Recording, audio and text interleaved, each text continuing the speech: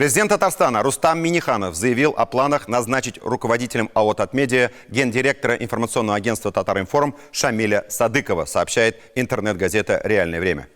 Шамиль Садыков родился в Пестричинском районе, окончил Казанский государственный университет по специальности журналист. Начинал корреспондентом на ГТРК «Татарстан». Далее в его биографии телекомпании «Казань» и «Эфир». В свое время возглавлял пресс-службу Министерства транспорта и дорожного хозяйства производственно-строительного объединения «Казань». С апреля 2016 года Шамиль Садыков – генеральный директор агентства «Татар-Информ». Я представляю, как гордятся сегодня своим сыном родители Шамиля Садыкова Мухаммад Хамитович и Марьям Сардаровна, которые работают учителями в селе Шали Пестричинского района. Ведь это огромное счастье для любого человека – видеть и сопереживать успехам своих детей. И мы пожелаем успеха Шамилю Садыкову, официальное назначение которого состоится на следующей неделе на Совете директоров акционерного общества «Татмедиа».